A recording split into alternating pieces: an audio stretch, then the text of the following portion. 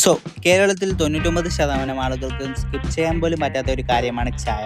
Yes, I love ചായ. എനിക്കും ചായ ഒരുപാട് ഇഷ്ടമാണ്.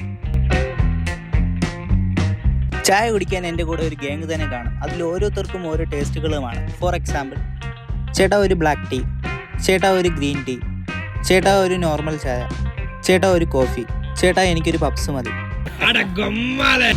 അന്നൊരു ദിവസം എനിക്ക് ചായ വേണ്ടെന്ന് തോന്നി. അതാണ് അങ്ങനെ പറഞ്ഞത്.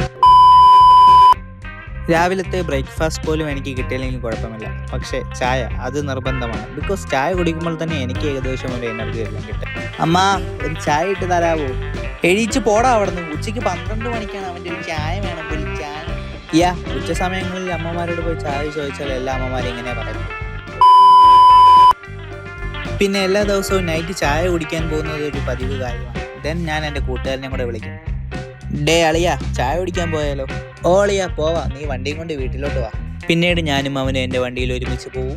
കടയിൽ ചെന്ന പാടെ നമ്മൾ 2 ചായയും പറഞ്ഞ് 12 സ്നാക്സും എടുത്ത് കഴിക്കും. എന്നിട്ട് നമ്മൾ ആ ചേട്ടനോട് പറയും, ചേട്ടാ 2 ചായ 2 വട എത്രയായി?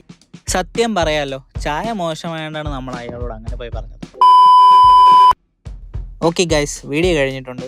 ദെൻ നിങ്ങൾക്ക് ഈ വീഡിയോ ഇഷ്ടമായെങ്കിൽ ലൈക്ക്, ദെൻ ഷെയർ, ദെൻ പറ്റുമെങ്കിൽ ആ സബ്സ്ക്രൈബും കൂടെ ചെയ്തേക്ക്. പിന്നീട് മാക്സിമം വീക്ക്ലി എനിക്ക് വീഡിയോ ചെയ്യണമെന്ന് നല്ല ആഗ്രഹമുണ്ട്. അറിയാമല്ലോ, ബിസി കാര്യങ്ങൾ അങ്ങനെ. പിന്നെ ആനിമേഷൻ ടൈം എടുത്ത് എനിക്ക് ചെയ്യാൻ പറ്റത്തുള്ളൂ. മാക്സിമം എൻ്റെ എഫേർട്ട് ഇട്ട് ഓരോ വീഡിയോകളും ഇനി ചെയ്തുകൊണ്ടിരിക്കും. ദെൻ നിങ്ങൾ ഈ വീഡിയോ ഇഷ്ടപ്പെട്ടെങ്കിൽ ഒന്ന് സപ്പോർട്ട് ചെയ്യുക. Okay guys, by.